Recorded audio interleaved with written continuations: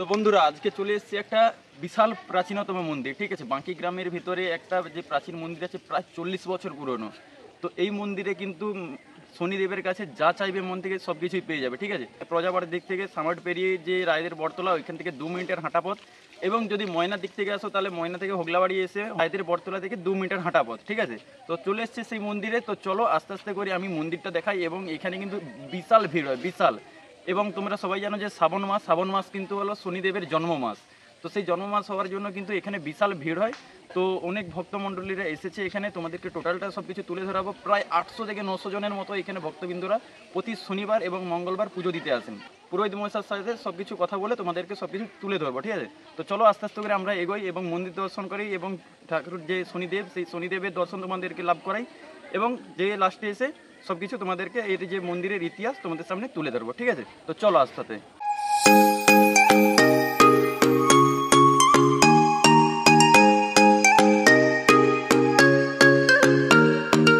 তো বন্ধুরা তোমরা দেখতেই পাচ্ছ এই যে মন্দিরের সামনে কিন্তু একটাই দোকান আছে, ঠিক আছে।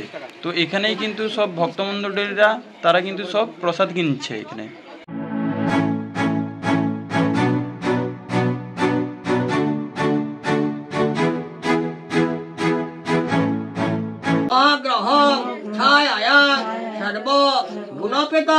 তং নমামি শনিশ্চর নমঃ ঐং হ্রিং ক্রিং শনিশ্চরায় নমঃ।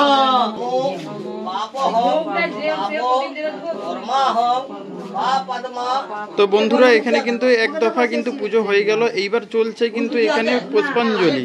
তো পুষ্পাঞ্জলি এখনো ফুল দেয়নি, তারা কিন্তু ভক্তবৃন্দরা মারামারি শুরু করে দিয়েছে অলরেডি। তো বন্ধুরা তোমরা দেখতেই পাচ্ছ এই যে নীল রঙের মন্দিরটা আছে ওটা হলো শনি মন্দির। তো যেসব ভক্তবৃন্দরা কিন্তু এখানে শ্রাবণ মাসে পুজো দিতে এসছে, পাশে থাকা যে শিব মন্দির, সেই শিব মন্দিরেও কিন্তু সবাই পুজো দিচ্ছেন। তো বন্ধুরা দেখতেই পাচ্ছ এই যে এই মা কিন্তু শিব মন্দিরে এখন জল অর্পণ করছেন। ইনি কিন্তু এসেছিলেন শনি মন্দিরে পুজো দিতে, তারপরেই কিন্তু শ্রাবণ মাস হওয়ার জন্য পাশে থাকা যে শিব মন্দির, সেই শিব মন্দিরে কিন্তু শিবলিঙ্গের উপরে জল তর্পণ করছেন।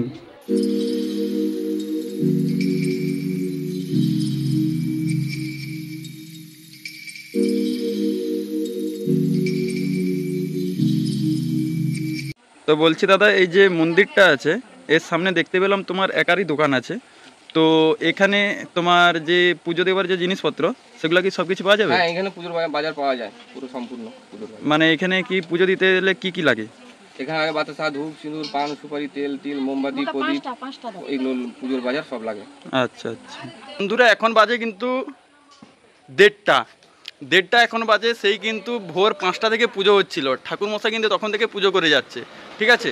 তো জাস্ট এই ফাঁকা হলো, তো এরপরেই কিন্তু ঠাকুরমশাই ফাঁকা হলো। ফাঁকা হওয়ার পরেই কিন্তু এইবার ঠাকুরমশাইয়ের সাথে সব কিছু কথাবার্তা জেনে নেব এবং মন্দির সংলগ্ন যে এলাকা এবং কোথা থেকে কিভাবে পুজো দিতে আসবে এবং পুজো দিবার কী কী ক্রাইটেরিয়া আছে, কী ব্যাপার, ইতিহাস সব কিছু কিন্তু পুরোহিত মশাই থেকে জেনে নেব, ঠিক আছে।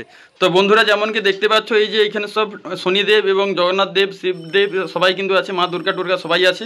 আর ইনি হলেন কিন্তু নারায়ণ ভট্টাচার্য, যে ঠাকুরমশাই শনি মন্দিরের, ইনি কিন্তু রাজপুরোহিত। আমাদের যে ময়না রাজপরিবার, সেই রাজপরিবারে কিন্তু উনি পুজো করেন, ঠিক আছে। তো উনি হলেন আমাদের ময়না যে রাজপুরোহিত, সেই রাজপুরোহিত।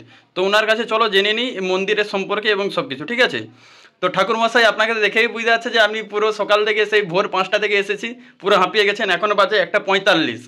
তো আপনি যে সকাল থেকে পুজো করছেন, তো তবে কতরও ভক্তমণ্ডলীরা এসেছেন? একদম পুরো 5টা থেকে বসেছি। 700 থেকে 800 লোকজন ভক্তবৃন্দ আসছে। মহিলারা সবাই ধূপ, দীপ, তেল, মোমবাতি টাতি সব নিয়ে এসে জ্বালা করছে এবং পূজা আর্চা হচ্ছে। এবং আমার ওই শনিদেবের কাছ থেকে ওরা অনেকটা উপকৃত হয়েছে। হওয়ার পরে এখন বহুত লোকের সমাগম শনিবার এবং মঙ্গলবার। আচ্ছা আচ্ছা। তো ঠাকুরমশাই এখানে শুনেছি যে অনেকজন এসে মানত করে, তো অনেক কিছু নাকি লাভ ফাভ হয়, তো ওগুলো কি সত্যি? হ্যাঁ, ওরা অনেকেই আমার এখানে পিতলের বাসন কুসন সব কিছু দান করে যান। পুত্র সন্তানের আশায় আসেন এবং পূজা আর্চা দেয়, তারা মানত করেন শনিদেবের কাছে। তবে আমার এই মন্দির 40 বছর হয়ে গেল, প্রায় 40 সাল। এবং গণনা আমি করছি ওই 40 বছরই। ওই আমার প্রথম আমি যখন জ্যোতিষীটা করি, তো আপনার শিখি, তখন আমার গুরুদেব বললেন তুই বাবা শনিদেবের একটা মন্দির কর। হ্যাঁ, এই করলাম, করার পরে সেই থেকে আমি গণনা করি শনিবার মঙ্গলবার। আমার নাম শ্রী নারায়ণ ভট্টাচার্য, আমি রাজগুরু, রাজপুরোহিত, অ্যাস্ট্রোপামিস্ট। আচ্ছা আচ্ছা। তো ঠাকুরমশাই আপনার এখানে যদি কেউ পুজো দিতে আসে তো তার জন্য কি কি নিয়ে আসে পূজা আর্চার জন্য জিনিসপত্র? এই পূজা আর্চার জন্য ওরা সংকল্পিত করলে ওই একটু চাল নিয়ে আসে, একটু সবজি নেয়, তারপরে এখানে এলে পর বাতাসা, ধূপ, সিঁদুর, তিল, তেল, মোমবাতি, প্রদীপ, পান এবং সুপারি, 8 দফা 9 দফার জিনিস নিয়ে আসে। এবারে কেউ নীল ধুতি, নীল পেড়ে কাপড়, কেউ কালো রঙের ছাতা এবং কালো রঙের পোশাক, কালো রঙের থান, মানে এই যাকে বলে কাপড়, এইসব নিয়ে আসে। আর ঠাকুরের দয়ায় আমার যে পরিস্থিতিটা ছিল এখন, মানে লোকজন এত সমাগম, আমার 3 ছেলেকে লাগাতে হয়। আচ্ছা আচ্ছা, কারণ আমি সেই সকাল থেকে এসেই দেখছি তো অনেক ভিড় আছে আপনার সাথে। আপনাকে ডাকলাম যে ঠাকুরমশাই আসুন একটু 2 মিনিট কথা বলে নিই আপনার সাথে, আপনি তো ফ্রি হচ্ছেন না দেখলাম। তো সেই সকাল থেকেই আমি এখনো পর্যন্ত, এখন 1:30 পেরিয়ে গেলে 1:45 বাজতে চললো প্রায়, তো প্রায় পারিয়েও গেল 1:50 বাজে। তো আপনি অনেকক্ষণই দেখছেন পুরো হাঁপিয়ে গেছেন, বুঝতেই পারছি। তো আপনাকে বেশিক্ষণ আর জ্বালাবো না। তো বলছি ঠাকুরমশাই, ধরুন এখানে কেউ যদি কোনো মানসিক করে শনিদেবের কাছে, তো ওটার জন্য কীরকম কি আছে?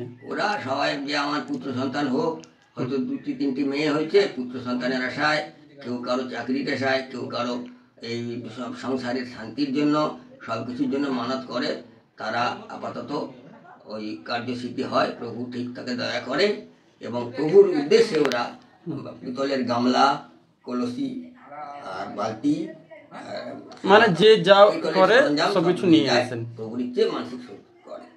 তো বন্ধুরা, এখানে কিন্তু এই যে ঠাকুরমশাই নারায়ণ ভট্টাচার্য, ইনি কিন্তু ভাগ্য গণনা করেন এবং কিন্তু কুষ্টি বিচার সব কিছুই করেন, ঠিক আছে? এটা হলো ওনার হ্যান্ডবিল। তো তোমরা দেখে ঠাকুরমশাইয়ের সাথে কিন্তু যোগাযোগ করতে পারো, ঠিক আছে? তো বন্ধুরা, তোমাদেরকে যেমন দেখালাম সব কিছু, ঠাকুরমশাইয়ের সাথেও কথা বলালাম, সব কিছু তোমরা সব জেনে নিলে। তো তোমাদেরকে এই দেখো ডিসপ্লেতে এই যে নাম্বারটা, এই নাম্বারটাই কিন্তু ওই যে ঠাকুরমশাই নারায়ণ ভট্টাচার্য ওনার নাম্বার, ঠিক আছে? তো ওনার সাথে আপনারা কিন্তু যোগাযোগ করতে পারেন। তো চলো বন্ধুরা, আজকের জন্য ভিডিওটা এইটুকুই। দেখা হচ্ছে তোমাদের সাথে কোনো একটা পরের ভিডিওতে। ততক্ষণ তোমরা সবাই ভালো থাকো। Stay tune with blog with Sourodip.